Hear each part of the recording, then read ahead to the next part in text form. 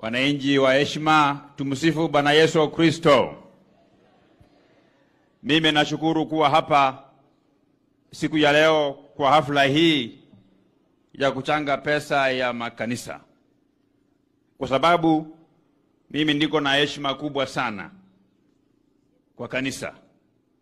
Kanisa ndiye napeleka sisi wote mbinguni. Na kanisa na serikali wako katika level moja. Kanisa ndio wakisema sisi tunasikia na tunafuata vile wao wanasema. Na leo nikikuja nimekuwa nikijiuliza kwa nini Yesu Kristo hajarudi kutuchukua kutupeleka mbinguni. Kwa sababu vile tulikuwa wadogo kanisa ilikuwa inatuhubiria kwamba Yesu Kristo ako karibu kufika. Saa hii nimefika miaka karibu 40, bado tunasubiria Yesu hajafika, lakini naona anafika wakati wowote. Kwa hivyo kazi ya kanisa ni kutupatia sisi matumaini. Kanisa ikisema Yesu karibu anafika, sisi tunaamini hivyo na tunangojea. Lakini ile ambayo nimegundua kwa nini Yesu hajakuja ni kwa sababu ya unafiki ya sisi wanadamu. Ni kwa sababu ya hypocrisy ya sisi viongozi. Unapata kama ni chief mwenyewe anakunywa pombe, unapata askari pia ni mlevi, anahangaika na mlevi mwenzake anaenda kumfunga. Yesu hawezi rudi saa hii. Afadhali ya askari ama chifu akamate mlevi na apeleke kwa kanisa aombewe aache kuwa ulevi, na yeye pia apige magoti hapo waombewe. Kwa sababu siku yenye parapanda italia kwamba walevi wapange laini hapa, uwe chifu atakuwa mbele, askari atakuwa mbele, hata nimejeni maswekesa barasa kwa hiyo laini, nitakuwa kwa hiyo laini. So maneno kama hayo ndiye inafanya Yesu aweze rudi saa hii.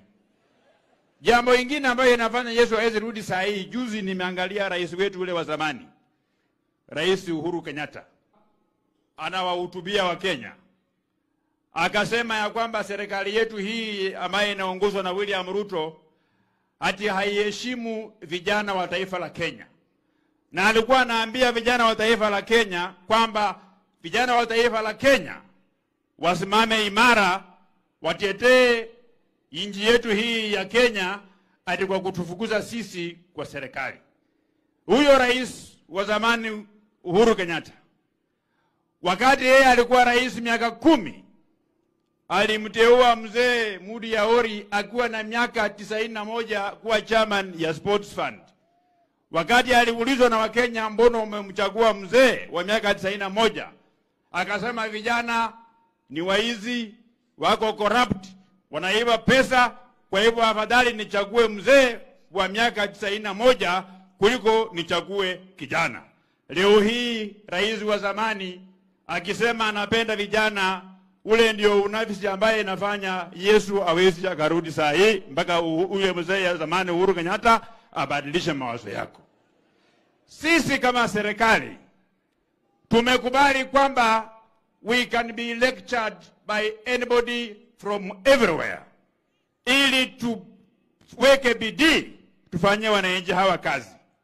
Lakini kama wewe ulikuwa na nafasi ya miaka 10 kama rais, tuko na mwingine huko kwetu huko Bungoma anaitwa Eugene Wamalwa, alikuwa waziri miaka 18, hakulete maji, hakutumia nafasi yake kushughulikia jamii yetu, kushughulikia jamii ya Kenya.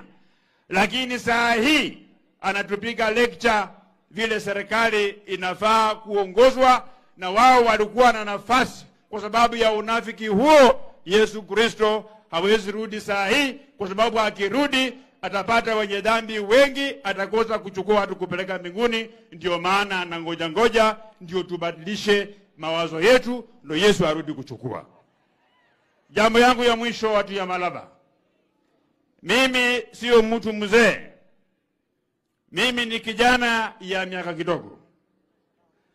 Kila mtu ambaye anaongea hapa, taifa inasonga mbele kwa kutokuwa taifa ya ukabila.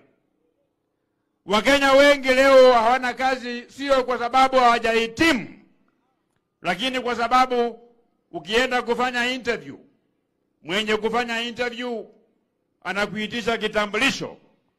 Akiangalia wewe ni Mluya, kama yeye ni Mjaluo, anasema you are not qualified. Akiangalia kitambulisho, kama wewe ni Mjaluo, yeye ni Mluya, anasema you are not qualified. Akiangalia kitambulisho, kama yeye ni mtu kutoka Pwani na wewe ni Mkikuyu, anasema you are not qualified. Kwa hivyo vita dhidi ya ukabila haiwezi isha Kenya hii yetu mpaka tubadilishe kwamba ukienda kutafuta kitambulisho ya kitaifa hakuna haja ya kuuliza wewe ni wa kabila gani, kabila yako iandikwe kwa kitambulisho yako. Inji ambayo inatambulika kwa makabila, inji hiyo haiendi pala popote. Na saa hii tutamkumbuka Rais William Ruto kwa kitu kimoja, kwa kuunganisha Kenya, kwa kuunganisha makabila yote, na kwa kupenda vijana. The only way you can love our young people is to ensure that you provide the resources that will support the training of our young people, so that our young people can have the requisite training to engage in various issues, so that they can afford to put food on the table, so that they can feed their family. Jambo yangu ya mwisho, mimi nimekuja hapa kwa sababu nilikuwa na maono na mheshimiwa wenu, Mheshimiwa Malulu Injendi. Tulikuwa na maono ya kubadilisha sheria ambayo serikali inatumia ili kuwapatia wale wazee wa miaka 60 na zaidi pesa ya cash transfer. Tulikuwa na maono na Mheshimiwa Malulu Injendi. Tulikuwa tumeanza kuandika bill pamoja na yeye ili tubadilishe formula ambayo serikali inatumia kupatia pesa ya wazee, iitwe vulnerability bill, na tuweke pale takwimu ambayo serikali itaangalia kujua huyu anahitaji kupewa pesa ya serikali na huyu hahitaji. Kwa sababu unaweza kuwa na miaka 60 lakini wewe baba yako ni mjumbe, kijana yako ni mjumbe, haufai kupata hiyo pesa. Unaweza kuwa na miaka 82 kama ile ya Raila Amolo Odinga, lakini yeye alikuwa prime minister, ako na mali nyingi, hafai kupata ile pesa ya wazee. Tulikuwa na maono na Malulu Injendi kubadilisha kwamba hata kama uko na miaka 30, wewe ni mama uko na miaka 50, wewe ni mzee uko na miaka 40, hijafika 60, lakini kwa sababu ya uchumi mbaya ukiangalia ukitembea unakaa kama mtu ya miaka 85, tukasema wazee kama hao waongezwe kwa ile program ya cash transfer, wapatiwe pesa ya serikali. Tulikuwa pia na maono na mjumbe yenu kwamba kwa yule mpango ya pesa ya wazee tuongeze wamama wajane. Na sio tu wamama ambao wazee wao walikufa peke yao. Kuna wamama wengi hata hapa Malava wako wazee hawajakufa, wako hai, lakini nyumbani huwa hawaonekani nyumbani. Wamama hao watambuliwe kama wajane na wasaidiwe kwa pesa ya serikali ya kusonga mbele. Sasa nawaomba mkienda kupiga kura ya kuchagua mjumbe ambaye atakuja kuchukua viatu ya Malulu Injendi, munipatie mjumbe ambaye tutashikana na yeye ili tuendeleze hiyo bill mpaka ishinde, ndio Kenya hii yetu ibadilike. Mungu awabariki watu ya Malava.